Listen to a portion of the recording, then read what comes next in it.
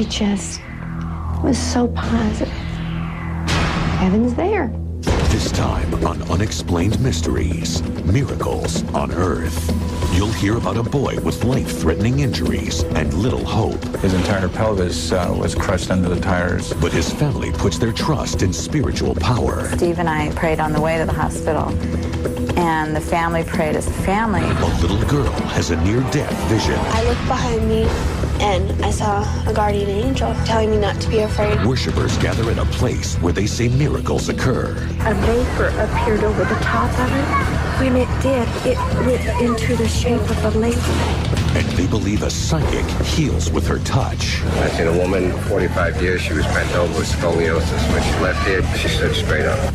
Find out what happens when a desperate couple takes their child to her as a last resort. She looked at us and she said he's being healed in 3 parts, and the first part is happening right now. A little girl's incredible recovery from a terrible accident. From a coma, we never see someone heal as fast as Ashley, appeared to. I mean, it just, something was on her side. So I think he just pulled back the veil and let her see a little bit of heaven. We'll tell you about the firefighter trapped in a fire with no way out until he sees a vision. And it started to take the shape of a young lady. Well, maybe I've already died. Paramedics can't revive a man who was struck by lightning. Then a mystery woman appears. What happened here on this stretch of highway was a miracle. And we'll bring it all together in the UNX Report. This is Unexplained Mysteries. Miracles on Earth. Miracles. Throughout the world, they defy the laws of nature. Is it a miracle when someone survives massive injuries? Studies show that prayer may help the healing process, even when a person is severely injured, like 6-year-old Taylor Hall.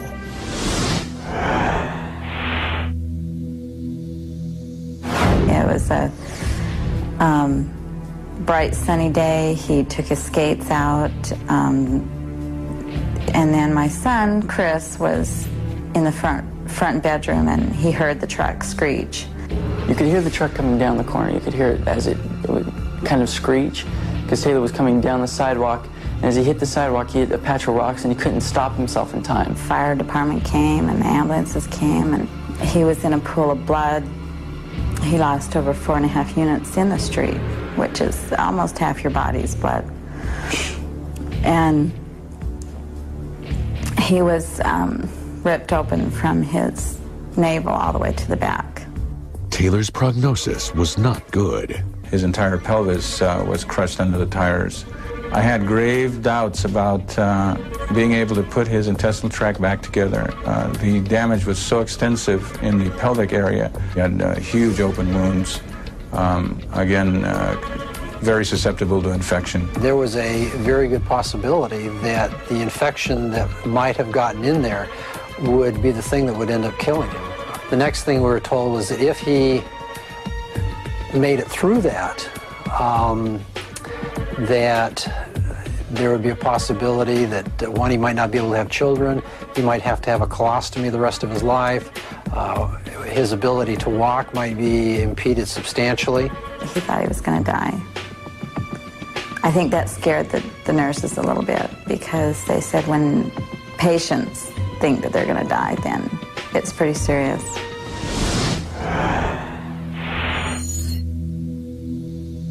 Taylor's family was encouraged by studies showing prayer may be a powerful tool for healing. There were some studies coming out showing that if you take prayer into the clinic or the hospital or the laboratory and test it pretty much like you would a new medication, you can actually show that prayer does something. Researchers put bacteria into 2 identical test tubes.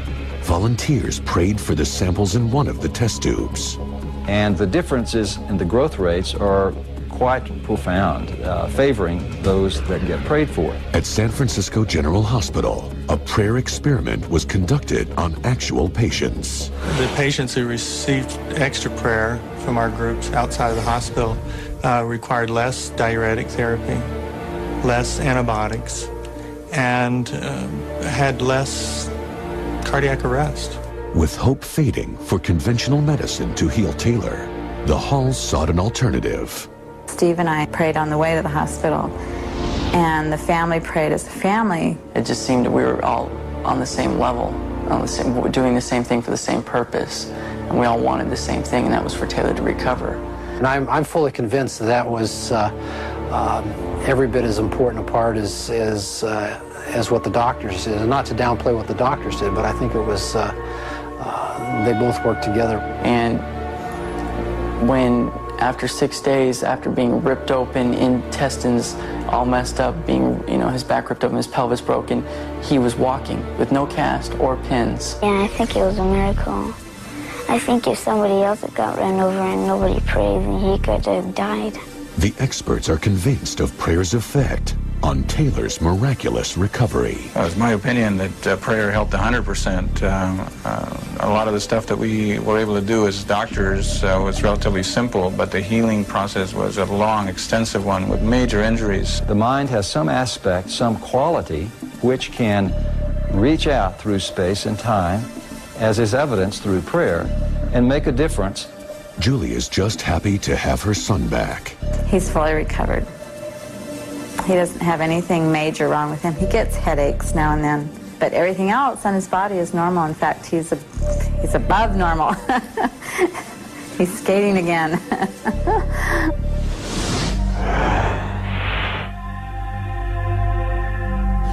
Barstow, California. A 2-year-old girl is riding her tricycle around the family pool. I ran through the hall, and I knew something was wrong, and I found her floating face down in the pool.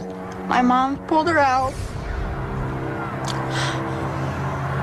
and she screamed for help, and there was nothing my sister and I could do. When Ricky first presented to the emergency department, I was almost sure that she would not survive. She was lifeless. There was no life in the child whatsoever. It was such a difficult call because the parents of the child were very good friends of mine. Ricky says that during her near-death experience, she saw something otherworldly. I looked behind me and I saw a guardian angel, and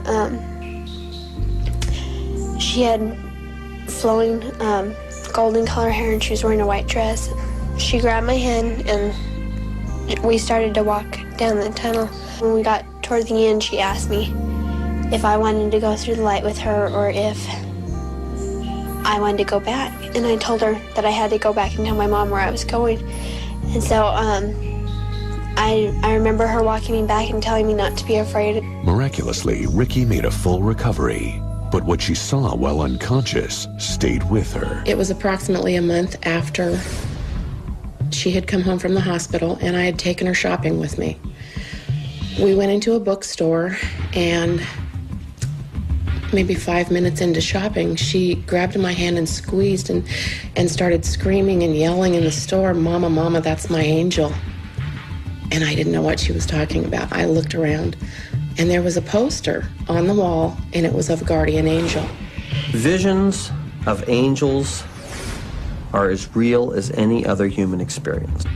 Many doctors insist these visions are symptoms of the body shutting down near the time of death. But Morse disagrees. Children experience a spiritual light the great majority of the time during near-death experiences. It was a really fluorescent colored tunnel. It had really bright colored bricks around it, and it had a really almost blinding light at the end. It's not just some sort of reflex spasm of the optic nerve or the, dysfunctional firing of neurons in their occipital lobe. Experts of the near-death experience call it celestial vision. But are these miraculous experiences real? Do they have a purpose? When this first happened, we never went to church much. She had no knowledge of angels. Since this, she likes to spread the word that the angels are out there and it's okay. I think that it happened so I could tell other people not to be afraid of dying. Later on Unexplained Mysteries, the alleged miracles at a remote town in Venezuela. My judgment is that those apparitions are authentic and supernatural. Many of them performed by a woman whose followers claim she has psychic healing powers. She is able to see things and know things before they ever occur. The gruesome tragedy that threatened to rip a family apart. Pain, the sorrow, the hurt comes from a depth in you that you have no idea that's there. And the remarkable little girl whose survival helped them heal. Yeah, but good thing I got to stay here.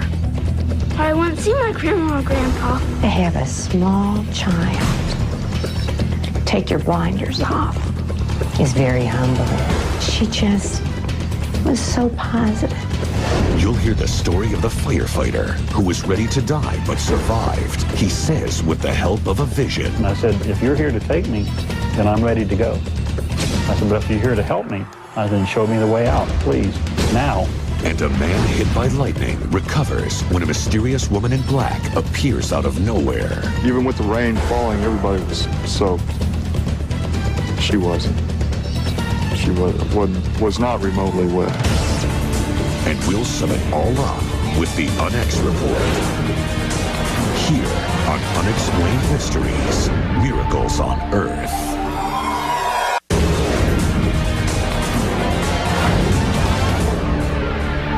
Unexplained Mysteries.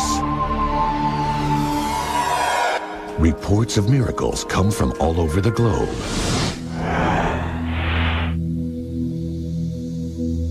In Venezuela, there is a place called Betania, where thousands flock to experience miracles. People describe Betania as magical. Sometimes you will see balls form, colored balls, and they might be blue ones, they might be rose colored. This blue butterfly felt this big whoosh between our heads. Came right between both our of our heads cheeks and brushed our cheeks right and up went to the ceiling of the and chapel. the people went nuts. And as I watched them, like a vapor appeared over the top of it. And when it did, it lit into the shape of a lady. Eyewitnesses say they've seen incidents of extraordinary healing. I seen a woman was on the same pilgrimage as me for 45 years. She was bent over with scoliosis. When she left here, she stood straight up. This wall contains the records of the healings at Betania. After over 500 interviews, the Catholic Church endorsed Betania as an apparition site. My judgment is that those apparitions are authentic and supernatural. This is Maria Esperanza. She was the first to find the healing power of the Betania waterfall. And now some call her the greatest mystic in the world. Her followers are convinced her hands have the power to heal. I was blessed to get in front of her, and when we locked eyes, I went down on the ground. I got up, I took my cane at the tour guide, jumped off the porch, ran up this hill to the chapel, grabbed my luggage, ran up another hill to the bus. Esperanza says she can see into the future. When you meet her, she knows everything about you, the present, the past, and the future. She is able to see things and know things before they ever occur. People desperate to ease their suffering seek out Esperanza and the healing waters of Betania. Ryan Hulick was born with a debilitating spinal condition. The only thing I knew about spina bifida was that it was devastating. Never seen anything like it before, and I really didn't understand what I was looking at. This diagnosis of spina bifida is something that involves the brain, it involves the spinal cord, and because it involves your nervous system, it involves anything from the head down. Doctors felt that Ryan's condition would not improve. I sort of felt like I had a baby with a time bomb. So I didn't sleep well. I was always listening for him to see is this going to be the night? So Patricia and Casey met with Maria Esperanza on one of her frequent visits to America. She finished speaking with the family, and she just turned around and walked right up to us. And she says through the interpreter, "Here, this is the place." And she's touching her lower. We had never given her any details about this child or the condition. But somehow Esperanza knew all about Ryan's disability. She looked at us and she said he's being healed in 3 parts, and the first part is happening right now. On a subsequent visit, Esperanza met Ryan. She turned right around and she took Ryan out of my arms and sat right down. And on the video you can see her hand going right down over where the shunt and down along the shunt line at his little chest, and then on the spine and the back and the whole thing.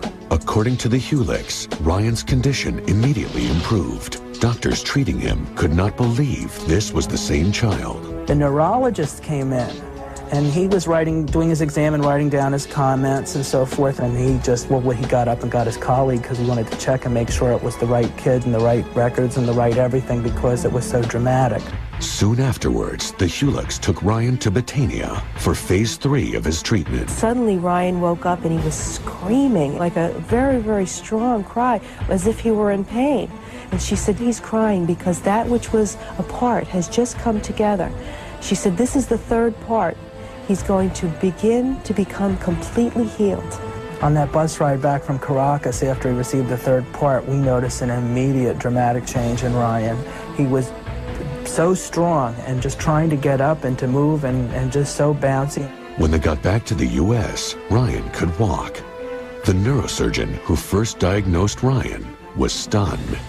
I think he's excelled in some ways beyond what his objective analyses, such as pictures, x-rays, CAT scans, MRIs, might have led us to think he could do. Ryan's surprising recovery has convinced Dr. Rifkinson of the spiritual aspects of healing. The art of medicine 100 years ago was holistic, and that was we didn't have the technology and the capability to correct anatomical abnormalities that we do now. We forgot about faith, and we forgot about hope and positive thinking. Coming up on Unexplained Mysteries, miracles, and the people who have experienced them. A girl says she got a glimpse of heaven while in a coma. In heaven, it's bright like that, and it's so bright that the sun was shining on it, and there's never any dark. I saw my mom, I saw the man. Raised her little eyes up as far as she could, and she said, they went that way. They went up. A mystifying vision in a burning building saves a firefighter's life. And I knew then that this was totally a true incident that happened to me. It's time to thank somebody. We'll tell you about the lightning bolt that left a man dead. When I got there and saw this man, where the lightning struck, it was actually smoldering. Until an unidentified woman brought him back to life. That's when I said, let her do what she has to do. Without even thinking about it, the words just came out of my mouth. And we'll give you the ultimate revealing with the UNX Report. Stay tuned for more Unexplained Mysteries. Unexplained Mysteries. Miracles on Earth. Sometimes out of a terrible tragedy can come an amazing miracle.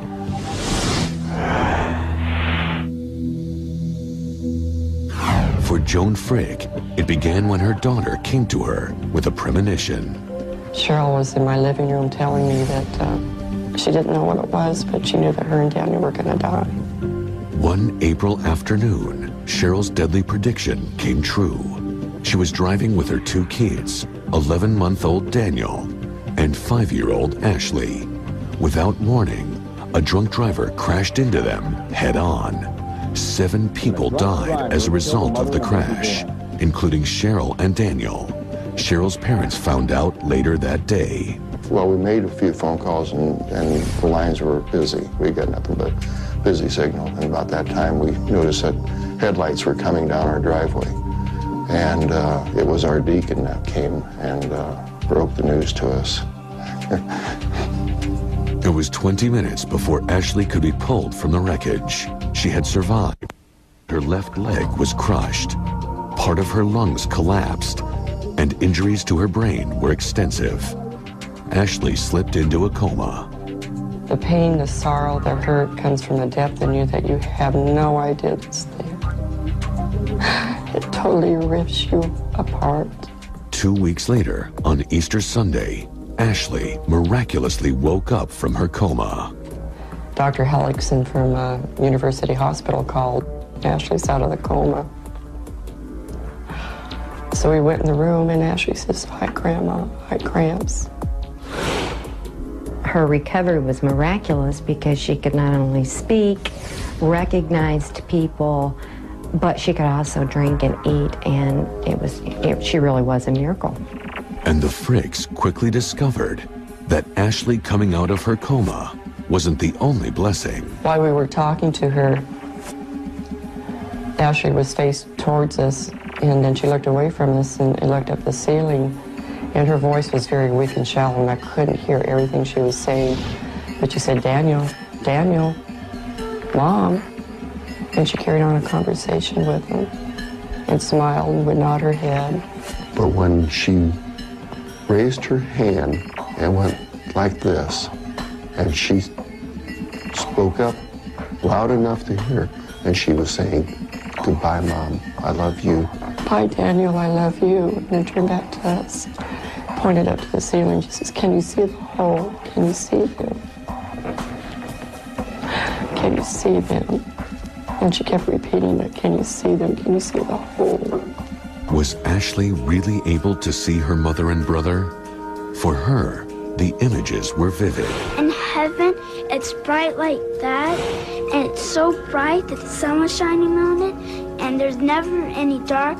I saw my mom, and I saw the man. The man told me I had to go back, and my mom said she loved me, and then that's all I remember. She said to me that Mom had been there with her when she was in the coma, encouraging her to come out of it. She was lying in bed, and she'd raise her little eyes up as far as she could, and she said, they went that way. They went up, and I was going with them, and they stopped and said, you can't go. You have to stay. It's not your time. And so she said, I'm here, and they're in heaven. She just seemed so at peace with it, like Mom had gone off to work. And she knew where she was, no big deal. Those close to Ashley believe every word of her story. Was the hand of God reaching out to this family? So I think he just pulled back the veil and let her see a little bit of heaven to help her. 3.5 months later, Ashley was released from the hospital. She started her physical therapy, and her miraculous recovery began. From a coma, we never see someone heal as fast as Ashley, appeared to. I mean, it just, something was on her side. Someone was there to say, hey, this girl's got to be here, and we're going to make it the best we can. Did Ashley Dial experience a miracle? Did she get a glimpse of heaven? Whatever occurred seemed to touch all of the people around her. Yeah, but good thing I got to stay here. I wouldn't see my grandma or grandpa. Many times when I cry, Ashley will pat me on my back and say, Grandma, it's okay. Mom's in heaven and she's happy. Ashley's a miracle child. She blessed me tremendously by being able to work with her. To have a small child take your blinders off is very humbling. She just was so positive. Heaven's there. Next on Unexplained Mysteries, more miracles on Earth. A firefighter can't get out of a raging inferno. Then a vision shows the way. When I got to the point where she had pointed, I felt nothing but wall. But when I pushed, a door opened and I fell out into the parking lot. Paramedics are helpless to save a motorcyclist struck by lightning, but a woman in black saves his life. No one knows where this lady came from or where she went to. It is truly a miracle. And we'll summarize it all on the Onyx Report. There's more unexplained mysteries, miracles on Earth.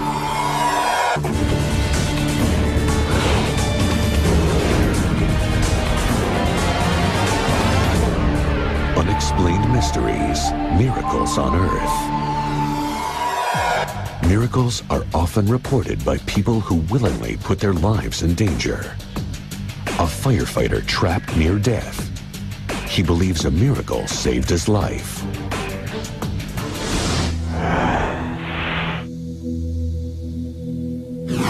There's no person on this earth, I think, that could ever tell me that it was all in your mind, you didn't see anything, you didn't experience anything.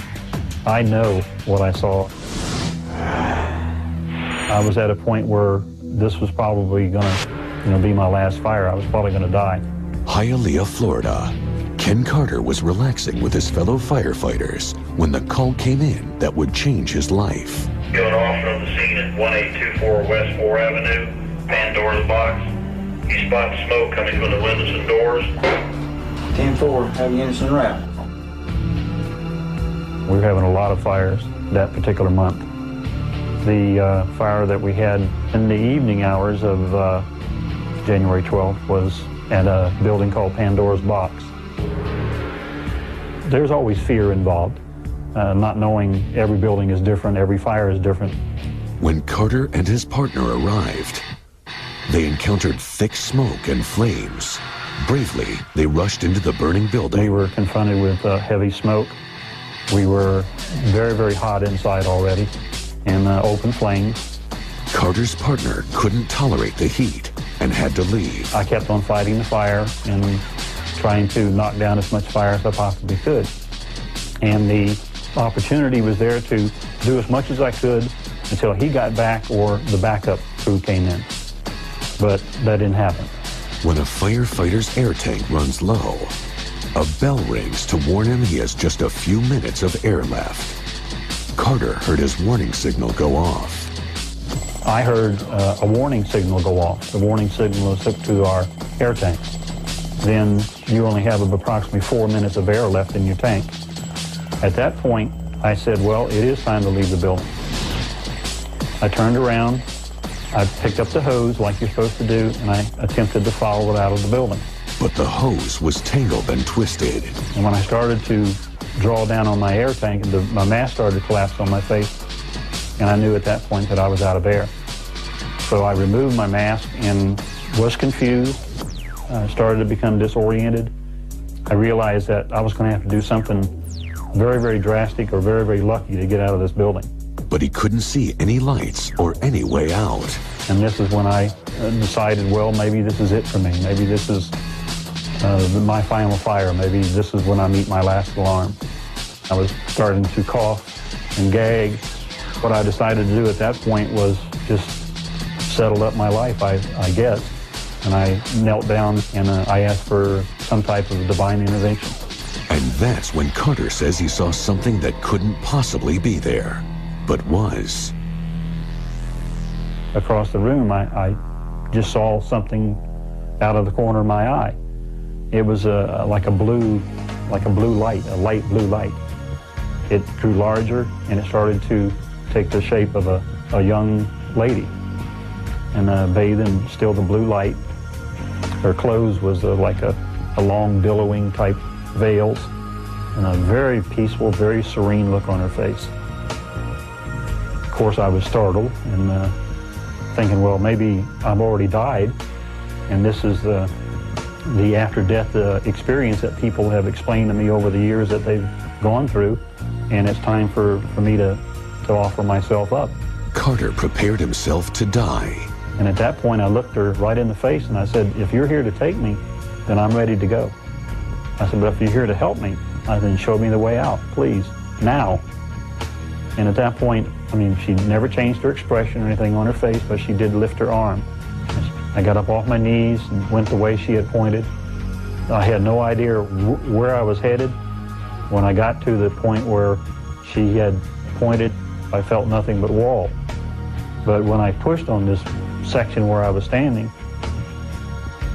a door opened and I fell out into the parking lot. After the fire was out, Carter returned to the scene of the apparition. He found a post in the middle of the room. And I walked over to the post and I said, well, this is what I had to see, with blue lights on it. And, still trying to, I think, deny a little bit, this whole incident. Then, for some reason, Carter took off his glove. I don't know why, because everything inside of this building was still extremely hot. But when I touched the post was cold. And as I touched the post, like a blue tinge started to encircle my hand. And I knew then that this was just totally a true incident that happened to me. And this is when I, really decided it's time to thank somebody. Angel researcher Alma Daniel feels that Carter's story is extremely similar to those told by others who have encountered angels.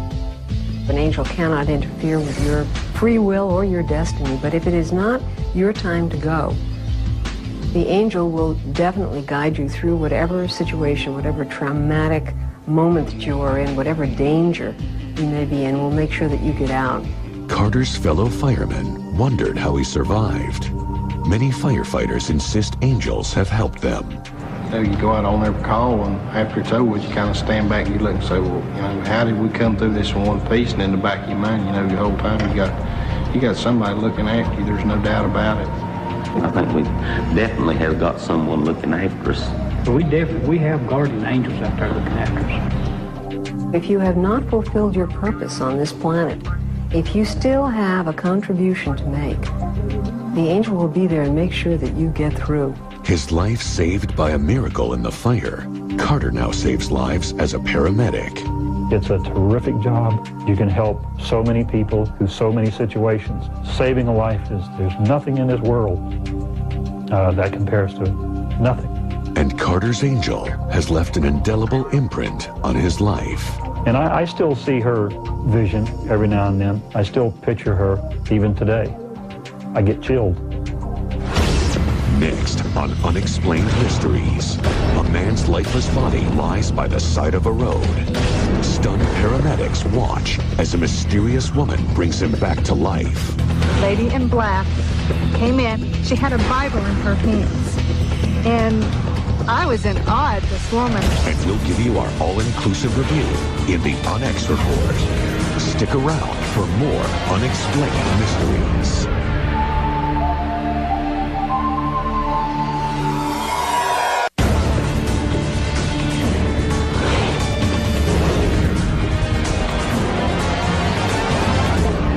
Unexplained Mysteries, Miracles on Earth.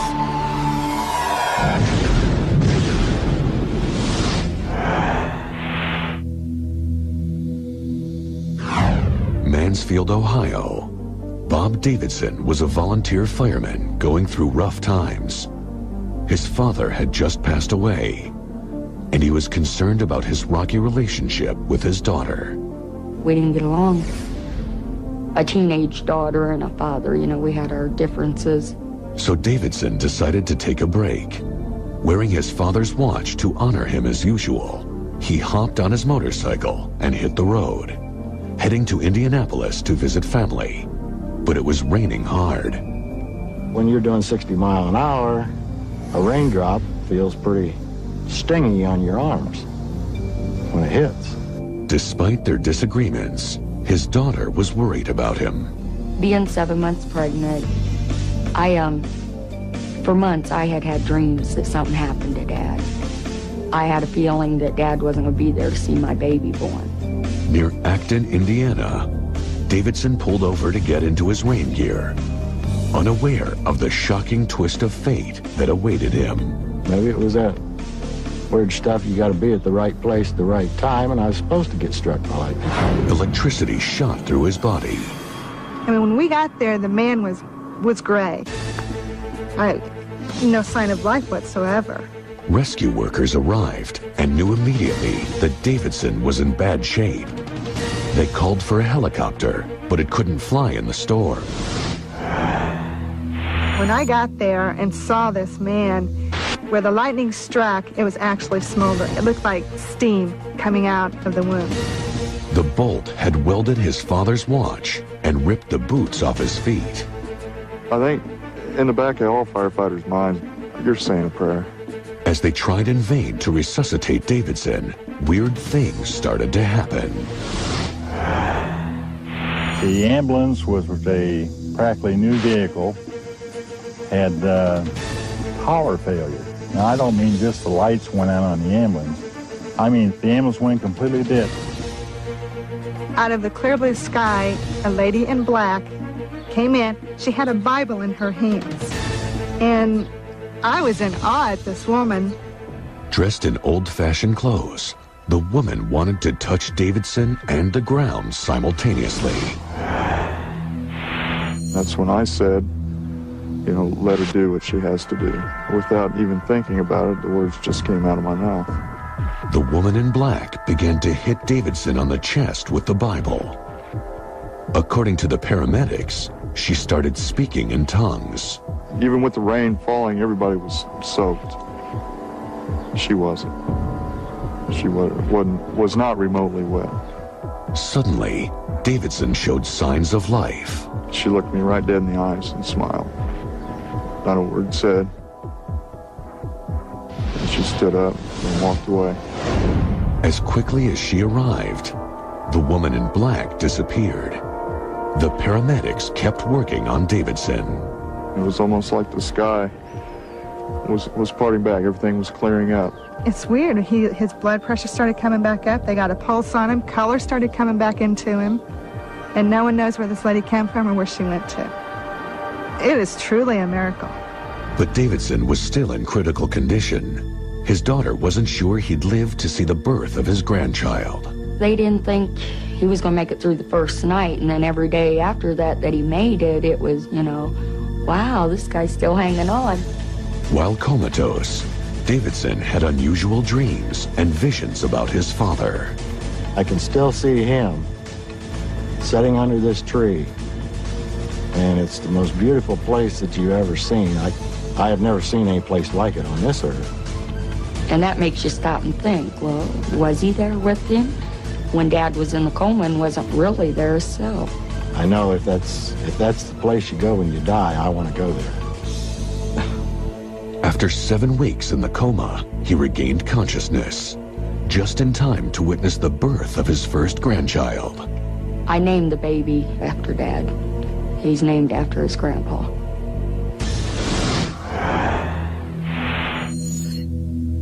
Clues to the identity of the woman in black may come from Acton's past. Acton, having been a spiritual center for many years, perhaps some of that has held over. In the 1800s, Acton was the home of a religious campground. It was a generation that believed in, maybe more than we do now, in the spiritual powers. But one day, a fire started on the religious site. The fire went so quickly that they didn't have any real opportunity to stop it, although they tried. Some feel that the woman in black was a spirit from the burned campground who saved Davidson's life because he was a firefighter. In the Acton Museum are an old-fashioned black dress and a Bible, exactly like the paramedics saw the night Bob Davidson was brought back to life. I would just like to walk along with her and tell her how much I appreciate what she did in giving me a second chance on life. I don't know what happened here on this stretch of highway, but it definitely was a miracle. Coming up on Unexplained Mysteries, our full account of miracles on Earth in the UNX Report. Stories from people who die and the miracles that bring them back. What happens to these people in between life and death? Are guardian angels guiding them back to Earth? Are angels actually the spirits of the dead? We'll sum it all up next in the UNX Report.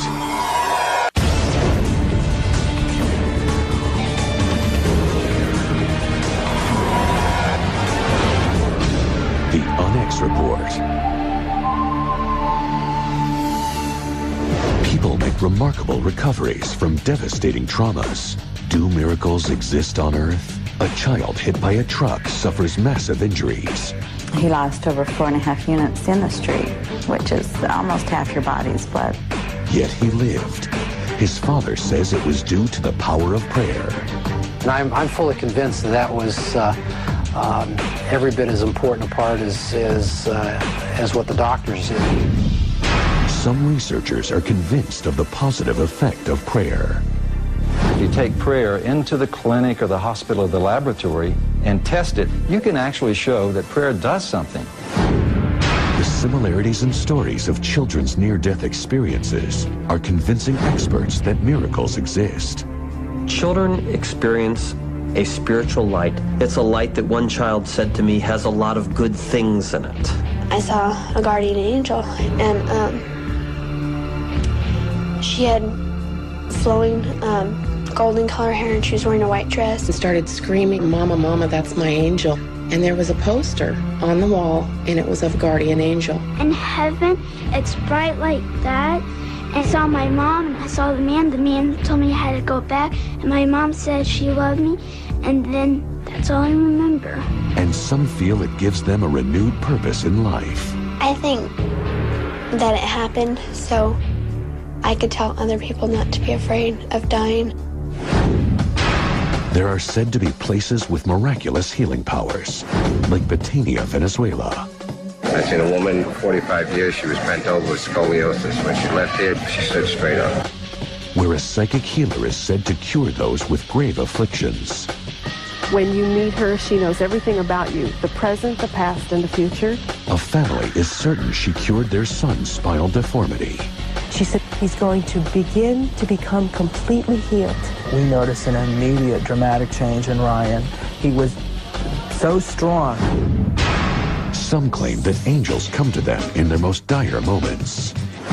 It was like a blue light, and it started to take the shape of a young lady. But she did lift her arm, and she pointed, pushed on this section. A door opened, and I fell out into the parking lot. And no one knows where this lady came from or where she went to. It is truly a miracle. Could all these eyewitnesses be wrong? Or did they experience actual miracles? These are questions without answers. That is why, for now, they must remain an unexplained mystery.